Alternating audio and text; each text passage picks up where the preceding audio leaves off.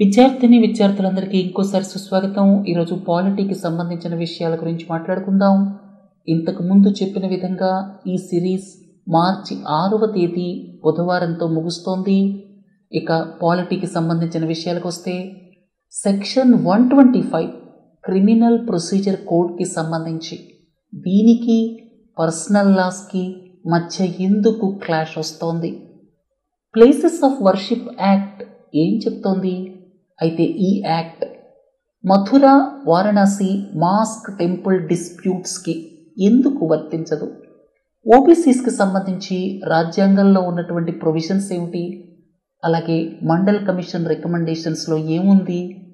102వ రాజ్యాంగ సవరణ ఓబీసీస్కి సంబంధించి దానిలో ఉన్నటువంటి ప్రొవిజన్స్ ఏమిటి? అలాగే షెడ్యూల్డ్ కాస్ట్, షెడ్యూల్డ్ ట్రైబ్స్ వాళ్ళని ఐడెంటిఫై చేయడానికి ఉన్నటువంటి నియమ నిబంధనలు ఏమిటి? అలాగే ఫస్ట్ లిస్ట్లో ఎస్సీస్, ఎస్టీస్ని చేర్చడానికి, తర్వాత సబ్సిక్వెంట్ లిస్ట్లో ఎడిషన్స్, మోడిఫికేషన్స్, డిలేషన్స్ చేయటానికి ఉన్నటువంటి ప్రొసీజర్ గురించి కూడా తెలుసుకుందాం. అలాగే ప్రైవేట్ మెంబర్స్ బిల్ అంటే ఏమిటి? దీనికి గవర్నమెంట్ బిల్కి తేడా ఏమిటి? ఎన్నిసార్లు ప్రైవేట్ మెంబర్స్ బిల్స్ చట్టాలుగా రూపాంతరం చెందాయి? తర్వాత ఆర్టికల్ 334 ఏం చెప్తోంది? దీనికి సంబంధించినటువంటి ఛాలెంజ్ ఎందుకు కాన్స్టిట్యూషన్ బెంచ్ ముందుంది సుప్రీంకోర్టులో? చాలా ముఖ్యమైన విషయాలు ఉన్నాయి. రాగల 20-25 నిమిషాల సేపు కాన్సన్ట్రేషన్తో వినండి. మొదటి ప్రశ్న, క్రిమినల్ ప్రొసీజర్ కోడ్ సెక్షన్ 125 ఏం చెప్తోంది? దీనికి పర్సనల్ లాస్కి మధ్య క్లాష్ ఎందుకు వస్తోంది? మీకు ఒక ఉదాహరణతో ఎక్స్ప్లెయిన్ చేస్తాను. అసలు క్రిమినల్ ప్రొసీజర్ కోడ్ 125 ఏం చెప్తోంది? ఏమిటంటే, ఒక వ్యక్తి ఉన్నాడు, అతనికి ఆదాయం ఉంది, ఆస్తులు ఉన్నాయి, తల్లిదండ్రులను పట్టించుకోవట్లేదు, భార్యని పట్టించుకోవట్లేదు, తర్వాత పిల్లల్ని పట్టించుకోవట్లేదు. అలాంటప్పుడు ఈ ఫస్ట్ క్లాస్ మ్యాజిస్ట్రేట్ ఎవరైతే ఉన్నారో వాళ్ళు ఇవన్నీ పరిశీలించిన తర్వాత ఫస్ట్ క్లాస్ మ్యాజిస్ట్రేట్ మీరు వాళ్ళ మెయింటెనెన్స్ కోసం ఇంత ఇవ్వాలి నెలకి. వైఫ్ కావచ్చు, అలాగే డైవర్స్డ్ వైఫ్ కావచ్చు. ఆ వైఫ్ అంటే డైవర్స్డ్ వైఫ్ మళ్ళీ పెళ్లి చేసుకొని ఉండకూడదన్నమాట. అలాంటి పరిస్థితుల్లో అతనికి వేస్ అండ్ మీన్స్ ఉన్నప్పుడు, ఆదాయ వనరులు ఉన్నప్పుడు మెయింటెనెన్స్ కోసం తల్లిదండ్రులకు కావచ్చు, తర్వాత పిల్లల్ని నెగ్లెక్ట్ చేస్తే కావచ్చు, అలాగే భార్య కావచ్చు, లేకపోతే విడాకులు తీసుకుని మళ్ళీ పెళ్లి చేసుకోకుండా ఉన్నటువంటి ఆవిడ కావచ్చు, అలాంటి వాళ్ళకి first class judicial magistrate maintenance కోసం మీరు ఇంత ఇవ్వాలి అని చెప్పి ఆర్డర్ చేస్తారనమాట. అది సెక్షన్ 125. అయితే ఇక్కడ మీరు ఒక ఉదాహరణ చూడండి. ముస్లిం women protection of rights and diverse, ఈ చట్టం 1986లో వచ్చింది. ఇదేం చెప్తుందంటే, డైవర్స్డ్ ముస్లిం ఉమెన్కి మెయింటెనెన్స్ ఏదైతే ఉందో అది నార్మల్గా ఇద్దత్ పీరియడ్ అది 3 నెలలు ఉంటుందన్నమాట. సో 3 నెలల వరకే ఇవ్వాలి అని చెప్పి ఈ చట్టం చెప్తోందనమాట. ఇట్లా పర్సనల్ లాస్కి section 125 of the criminal procedure కోడ్కి మధ్యలో క్లాష్ రావటం అనేది అప్పుడప్పుడు మనం చూస్తూ ఉంటాం. ఇక తర్వాతి ప్రశ్న, ప్లేసెస్ ఆఫ్ వర్షిప్ యాక్ట్ 1991 ఏం చెప్తోంది? అసలు ఈ చట్టాన్ని ఎందుకు తెచ్చారు? ఈ చట్టాన్ని తెచ్చినటువంటి ఉద్దేశం ఏమిటి? సర్కమ్స్టెన్సెస్ ఏమిటి? 1990-91 ఆ ప్రాంతంలో రామ్ జన్మభూమి ఉద్యమం చాలా బలంగా సాగుతోంది. ఎల్కే అద్వానీ, మురళీ మనోహర్ జోషి వాళ్ళు ఈ ఉద్యమానికి నాయకత్వం వహిస్తున్నటువంటి రోజులవి. ఆ రోజుల్లో అప్పటి గవర్నమెంట్ ప్లేసెస్ ఆఫ్ వర్షిప్ యాక్ట్ని తీసుకొచ్చింది.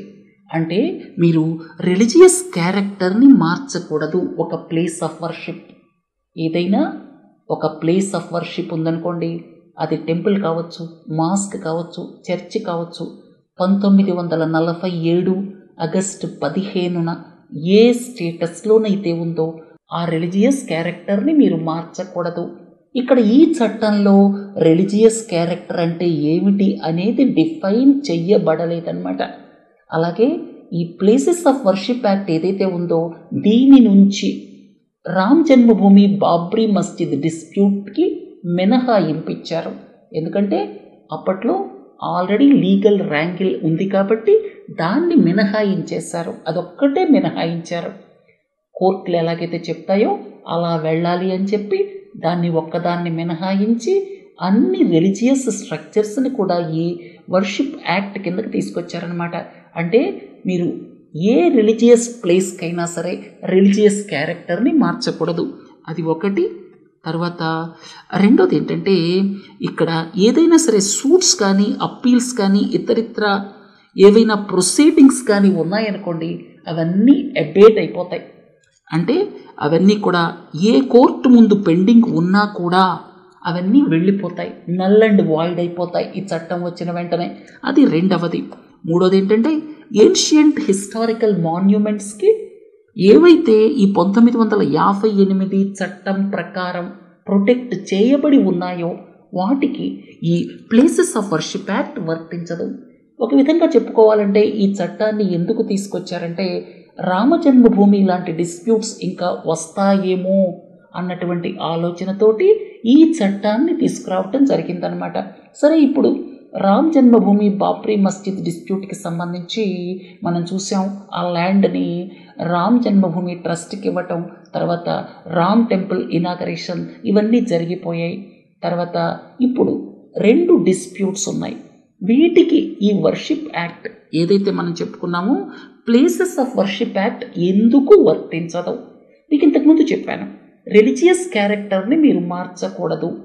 1947 ఆగస్టు 15లో ఏ రిలీజియస్ డినామినేషన్ అయితే ఉందో, ఎవరినైతే పూజిస్తున్నారో దాని క్యారెక్టర్ ఏదైతే ఉందో దాన్ని మార్చకూడదు, ఎక్సెప్ట్ రామ్ జన్మభూమి డిస్ప్యూట్ అని ఈ చట్టంలో చెప్పబడింది. అయితే ఇప్పుడు ఈ 2 డిస్ప్యూట్స్ ఉన్నాయన్నమాట. వీటికి ఎందుకు వర్తించదు ఈ చట్టం అనేటువంటి ప్రశ్న మీకు ఉత్పన్నం కావచ్చు. ఇక్కడ కోర్టు ఏదైతే చెప్పిందో ఆ విషయాన్ని నేను ఇక్కడ ప్రస్తావిస్తున్నాను. ఉదాహరణకి వారణాసి డిస్ప్యూట్. వారణాసిలో టెంపుల్కి మాస్క్కి ఇక్కడ ఒక డిస్ప్యూట్ ఉంది. ఈ విషయాన్ని అలహాబాద్ హైకోర్టు చూస్తోంది. అలహాబాద్ హైకోర్టు ఏం చెప్పిందంటే, రిలీజియస్ క్యారెక్టర్ ఈ చట్టంలో డిఫైన్ కాబడి లేదు. ఏదైనా సరే ఒక స్ట్రక్చర్ ఉన్నప్పుడు దానికి డ్యూయల్ రిలీజియస్ క్యారెక్టర్ ఉండకూడదు.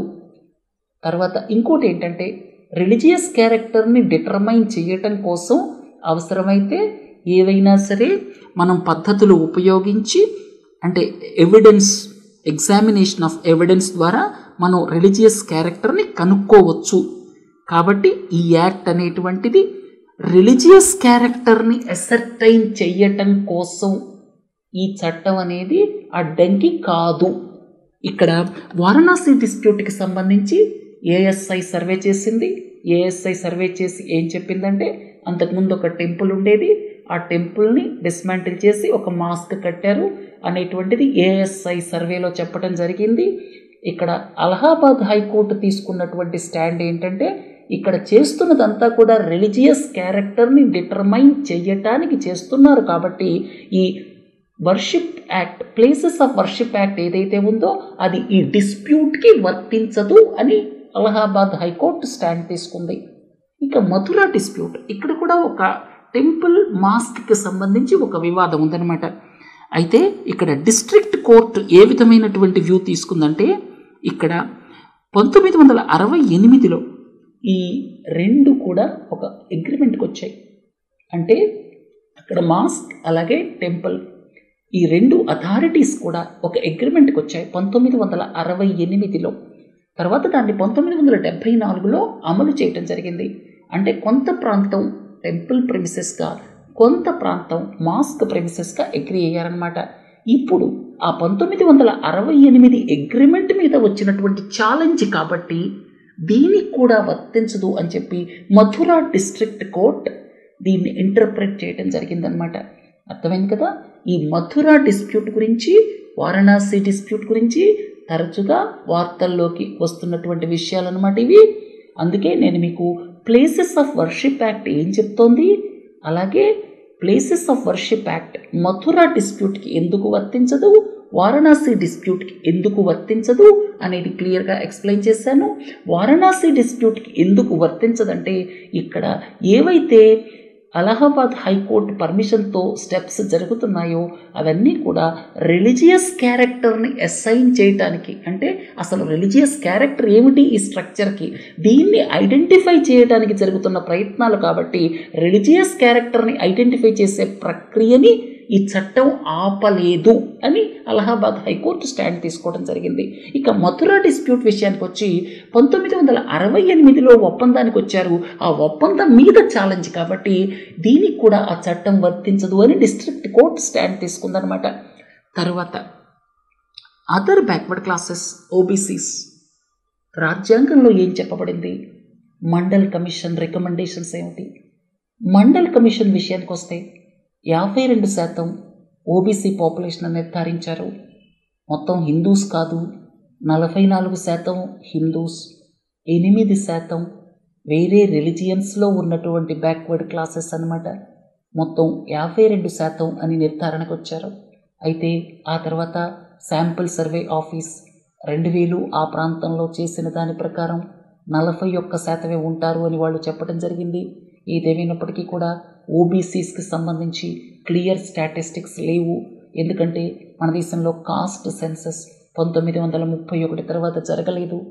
2011 ఆ ప్రాంతంలో socio economic and caste census జరిగినప్పటికీ కూడా కాస్ట్ సెన్సస్ డేటాని కొన్ని ఫాల్ట్స్ ఉన్నాయి, అందులో చాలా ఇర్రెగ్యులారిటీస్ ఉన్నాయి అని చెప్పి ఆ రిపోర్ట్ని ప్రభుత్వం రిలీజ్ చేయలేదు. అందుకని ఓబీసీస్కి సంబంధించి క్లియర్ స్టాటిస్టిక్స్ లేవనే చెప్పాలి. మండల్ కమిషన్ ఓబీసీస్కి ఐడెంటిఫై చేయడానికి తీసుకున్న క్రైటీరియా 4 పాయింట్స్ ఉన్నాయి. ఒకటి ఏంటంటే ట్రెడిషనల్ కాస్ట్ హైరార్కీలో లోవర్ స్టేటస్ అన్నమాట. మీ అందరికీ తెలుసు హిందూస్లో కాస్ట్ హైరార్కీ ఉంటుందని చెప్పి. తర్వాత రెండోది జనరల్ ఎడ్యుకేషనల్ అడ్వాన్స్మెంట్ లేకపోవటం, ఎడ్యుకేషనల్గా అడ్వాన్స్మెంట్ లేకపోవటం. తర్వాత గవర్నమెంట్ సర్వీసెస్లో ఇన్యాడిక్వేట్ రిప్రజెంటేషన్. తర్వాత ట్రేడ్ కామర్స్ ఇండస్ట్రీలో కూడా ఇన్యాడిక్వేట్ రిప్రజెంటేషన్. ఈ 4 మూలంగా ఓబీసీస్ని ఐడెంటిఫై చేయాలి అని చెప్పి మండల్ కమిషన్ చెప్పింది. ఇక రాజ్యాంగంలో ఏం చెప్పబడింది, రాజ్యాంగ సవరణ ద్వారా ఈ 15(4) అలాగే 16(4) యాడ్ చేయడం జరిగింది. 15(4) ప్రకారం ఇక్కడ ఓబీసీస్ అంటే ఏమిటంటే ఎడ్యుకేషనల్లీ అండ్ సోషల్లీ బ్యాక్వర్డ్. ఒకటేంటంటే ఇక్కడ ఎకనామిక్ బ్యాక్వర్డ్నెస్ అనే పదాన్ని కలపలేదు, ఎడ్యుకేషనల్ అండ్ సోషల్లీ బ్యాక్వర్డ్నెస్, అది చాలా ముఖ్యమైన పాయింట్. తర్వాత ఆర్టికల్ 16(4) ప్రకారం ఇక్కడ జాబ్స్లో రిజర్వేషన్ విషయానికి వస్తే నాట్ యాడిక్వేట్లీ రిప్రజెంటెడ్ అని చెప్పడం జరిగిందనమాట. అంటే ఈ యొక్క సర్వీసెస్లో, ప్రభుత్వ సర్వీసెస్లో వాళ్ళు యాడిక్వేట్గా రిప్రజెంట్ చేయటం లేదు అని చెప్పడం జరిగింది.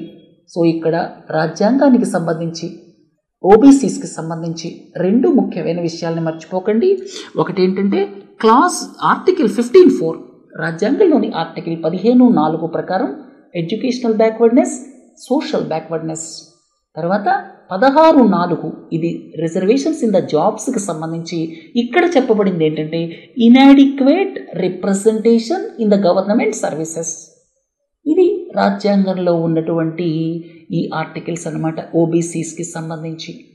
తర్వాత క్రైటీరియా ఏమిటి ఎస్సీస్ ఎస్టీస్ ఇంక్లూషన్కి, మీరు ఒక్కసారి గమనించండి. ఇక్కడ మండల్ కమిషన్ ఇచ్చినటువంటి రికమెండేషన్స్ ఏదైతే ఓబీసీస్కి సంబంధించి ఉందో lower social position in the caste hierarchy అనేటువంటిది ఒకటి, ఎడ్యుకేషనల్ అడ్వాన్స్మెంట్ లేకపోవటం ఒకటి, తర్వాత గవర్నమెంట్ సర్వీసెస్లో ఇన్యాడిక్వేట్ రిప్రజెంటేషన్ ఒకటి, తర్వాత ట్రేడ్ కామర్స్ ఇండస్ట్రీలో ఇన్యాడిక్వేట్ రిప్రజెంటేషన్ ఒకటి. వీటిని బేస్ చేసుకొని ఓబీసీస్ని ఐడెంటిఫై చేయటం జరిగింది. ఇక ఎస్సీస్ ఐడెంటిఫికేషన్, ఎస్టీస్ ఐడెంటిఫికేషన్ ఇవి లోకూర్ కమిటీ రికమెండేషన్స్ ద్వారా జరుగుతోంది. దాదాపు 60 ఏళ్ల క్రితం 1965వ సంవత్సరంలో లోకూర్ కమిటీ రికమెండ్ చేయటం జరిగింది క్రైటీరియాని. దాని ప్రకారమే ఫాలో అవుతున్నారు. మీరు ఎస్సీస్ ఐడెంటిఫికేషన్ చూస్తే బేసికల్లీ అన్టచబిలిటీ, అస్పృశ్యత కారణంగా వాళ్ళ సోషల్, ఎడ్యుకేషనల్, ఎకనామిక్ బ్యాక్వర్డ్నెస్ ఇక్కడ ఎకనామిక్ అనేటువంటిది కూడా కలపడం జరిగింది క్రైటీరియాలో. అర్థమైంది కదా. అన్టచబిలిటీ కారణంగా సోషల్, ఎడ్యుకేషనల్, ఎకనామిక్ బ్యాక్వర్డ్నెస్, అది కూడా ఎక్స్ట్రీమ్ అన్నమాట. తర్వాత ఇక షెడ్యూల్డ్ ట్రైబ్స్ ఐడెంటిఫికేషన్, ఇది కూడా లోకూర్ కమిటీ రికమెండేషన్స్ ద్వారా జరుగుతోంది. ఈ మధ్య చాలా వార్తలు వచ్చాయి. ఇది దాదాపు 50-60 ఏళ్ల క్రితం క్రైటీరియా, దీన్ని రివైజ్ చేయాల్సిన అవసరం ఉంది అని చెప్పి. తర్వాత ఇక్కడ చూడండి, ప్రిమిటివ్ ట్రైట్స్, డిస్టింక్టివ్ కల్చర్, ఇవి ఒక్కసారి చూడండి. వీటిని బేస్ చేసుకొని షెడ్యూల్డ్ ట్రైబ్స్ని ఐడెంటిఫై చేయటం జరుగుతోందన్నమాట. అర్థమైంది కదా. ఓబీసీస్ గురించి చెప్పాను, ఎస్సీస్ ఐడెంటిఫికేషన్ చెప్పాను, క్రైటీరియా, ఎస్టీస్ ఐడెంటిఫికేషన్ చెప్పాను. తర్వాత ఇంకొక ముఖ్యమైన విషయం ఏంటంటే షెడ్యూల్డ్ కాస్ట్, షెడ్యూల్డ్ ట్రైబ్స్కి సంబంధించి సబ్ కేటగరైజేషన్ లేదు. షెడ్యూల్డ్ కాస్ట్, షెడ్యూల్డ్ ట్రైబ్స్ వీటిల్లో కూడా సబ్ కేటగరైజేషన్ ఉండాలి అని చెప్పి సుప్రీంకోర్టులో ప్రస్తుతం ఛాలెంజ్ ఉంది. సుప్రీంకోర్టు కాన్స్టిట్యూషన్ బెంచ్ ఈ విషయాన్ని చూస్తోంది. ఇప్పటిదాకా షెడ్యూల్డ్ కాస్ట్, షెడ్యూల్డ్ ట్రైబ్స్కి సంబంధించి సబ్ కేటగరైజేషన్ లేదు. ఇక ఏ బేసిస్ మీద వీళ్ళని ఐడెంటిఫై చేస్తారు అనేది ఈ క్రైటీరియా అంతా కూడా 1960లో డివైస్ చేసిన క్రైటీరియా. ఆ తర్వాత ఏమీ మోడిఫై చేయలేదు. తర్వాత ఓబీసీస్కి సంబంధించిన విషయానికి వస్తే కేంద్ర ప్రభుత్వ పరిధిలో అంటే సెంట్రల్ లిస్ట్కి వస్తే సబ్ కేటగరైజేషన్ లేదు. కొన్ని రాష్ట్రాల్లో సబ్ కేటగరైజేషన్ ఉంది ఓబీసీస్కి సంబంధించి. ఇప్పుడు సెంట్రల్ సర్వీసెస్లో కూడా అంటే సెంట్రల్ లిస్ట్కి కూడా సబ్ కేటగరైజేషన్ ఉండొచ్చా లేదా అని చెప్పి ఒక కమిటీని వేయటం జరిగింది. అర్థమైంది కదా. సబ్ కేటగరైజేషన్ విషయానికి వస్తే, ఓబీసీస్ విషయానికి వస్తే కేంద్ర లెవెల్లో, సెంట్రల్ లిస్ట్ లెవెల్లో సబ్ కేటగరైజేషన్ లేదు. రాష్ట్రాల లెవెల్లో సబ్ కేటగరైజేషన్ ఉందన్నమాట. తర్వాత కొన్ని రాష్ట్రాల్లో ఈ సబ్ కేటగరైజేషన్ ఉంది. వాళ్ళు ఫాలో అవుతున్న క్రైటీరియా రాష్ట్రానికి డిఫరెంట్ అన్నమాట.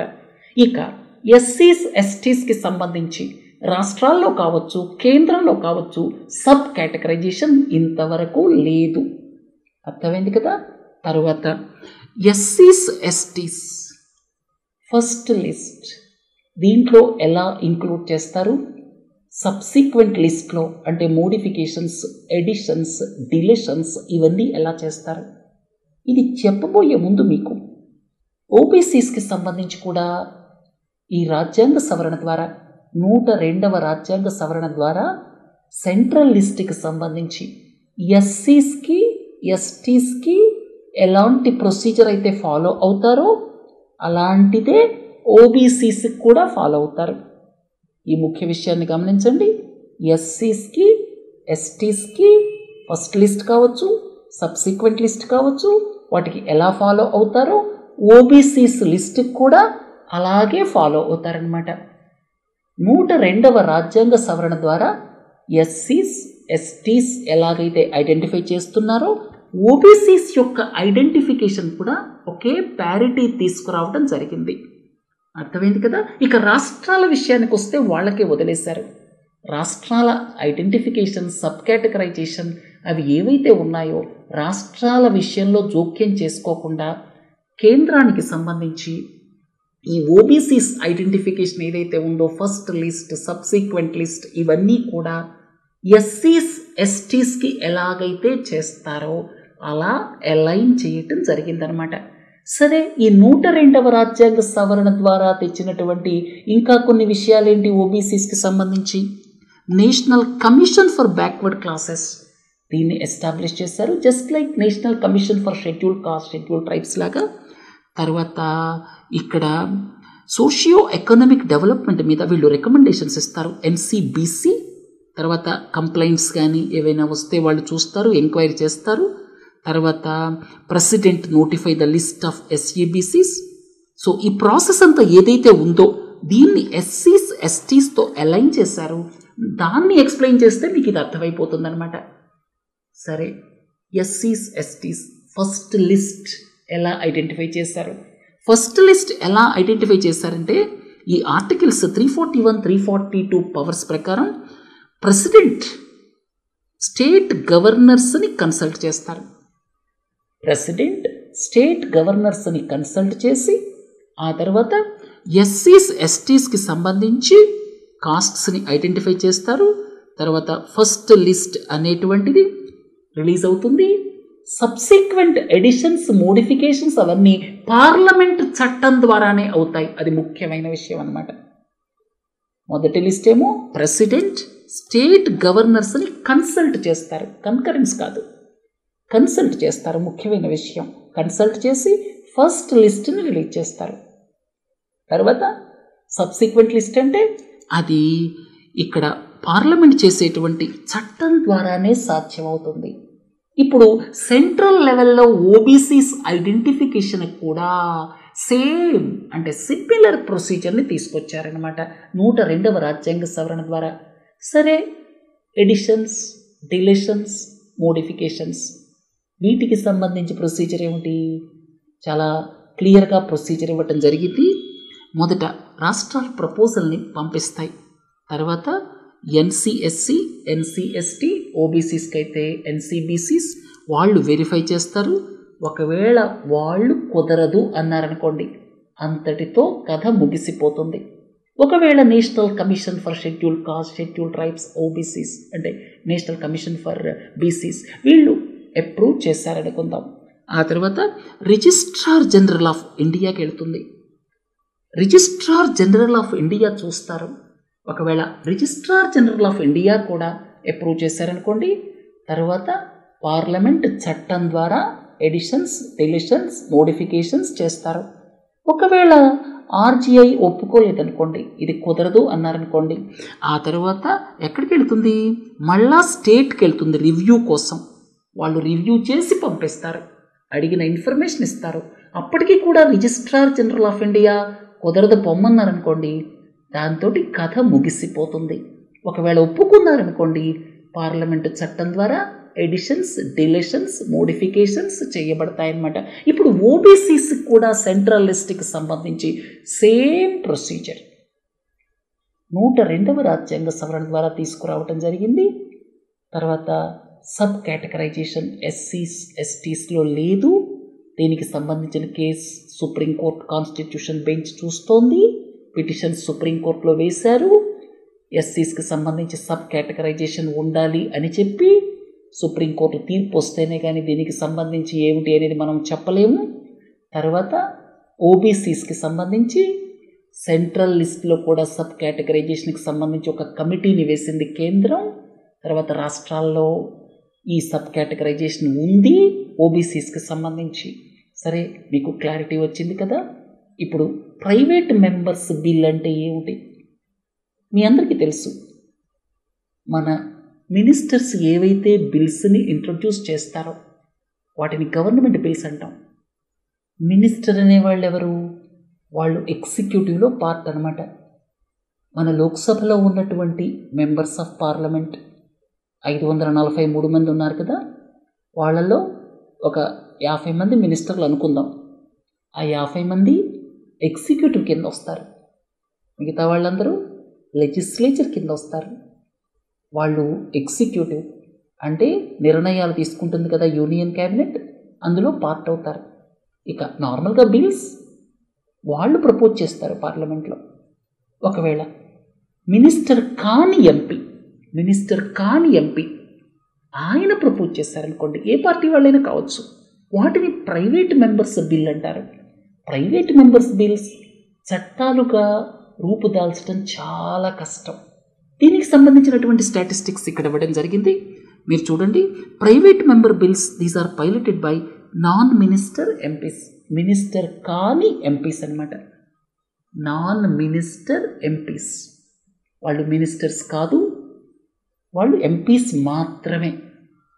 తర్వాత any MP who is not a minister, మీకు ఇంతకు ముందే చెప్పాను, మినిస్టర్స్ ఎగ్జిక్యూటివ్లో పార్ట్ అవుతారు.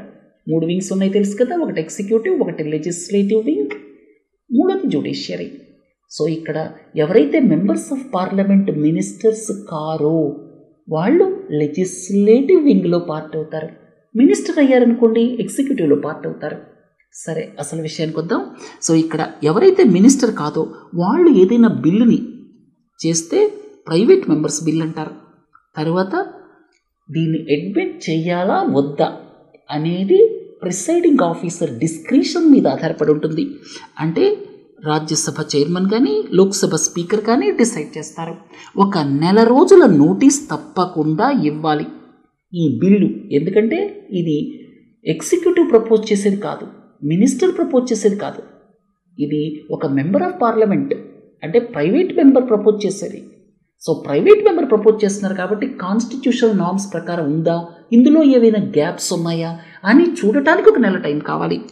తర్వాత ఈ ఇంట్రొడక్షన్ కానీ డిస్కషన్ కానీ ఓన్లీ శుక్రవారాల్లోనే జరుగుతుంది, ఫ్రైడేస్లో మాత్రమే. గవర్నమెంట్ బిల్స్ అయితే ఎప్పుడైనా ఇంట్రడ్యూస్ చేయొచ్చు. ఇక 1970ల తరువాత ఒక్క ప్రైవేట్ మెంబర్ బిల్ కూడా పార్లమెంట్లో పాస్ అవ్వలేదు. ఇప్పటిదాకా స్వాతంత్ర్యం వచ్చిన తర్వాత 14 బిల్స్ పాస్ అయ్యాయి. ఇవన్నీ 1970ల లోపలే జరిగాయి. 1970ల తర్వాత ఒక్క ప్రైవేట్ మెంబర్ బిల్ కూడా పాస్ కాలేదు. అంటే వీళ్ళు ఈ ప్రైవేట్ మెంబర్స్ బిల్స్ని తీసుకురావడం ఏదైతే ఉందో ఇవి పాస్ అవ్వవు అని వాళ్ళకి తెలిసినా కూడా ప్రభుత్వానికి ఒక ఐడియా ఇవ్వటం, ప్రజలకు ఏం కావాలి అనేటువంటి దాన్ని తెలియచెప్పటంలో మాత్రం కొంతవరకు సక్సెస్ అవుతారనమాట. సరే, చివరి ప్రశ్న, ఆర్టికల్ 334 దీని మీద కాన్స్టిట్యూషన్ బెంచ్కి ఎందుకు వెళ్ళారు?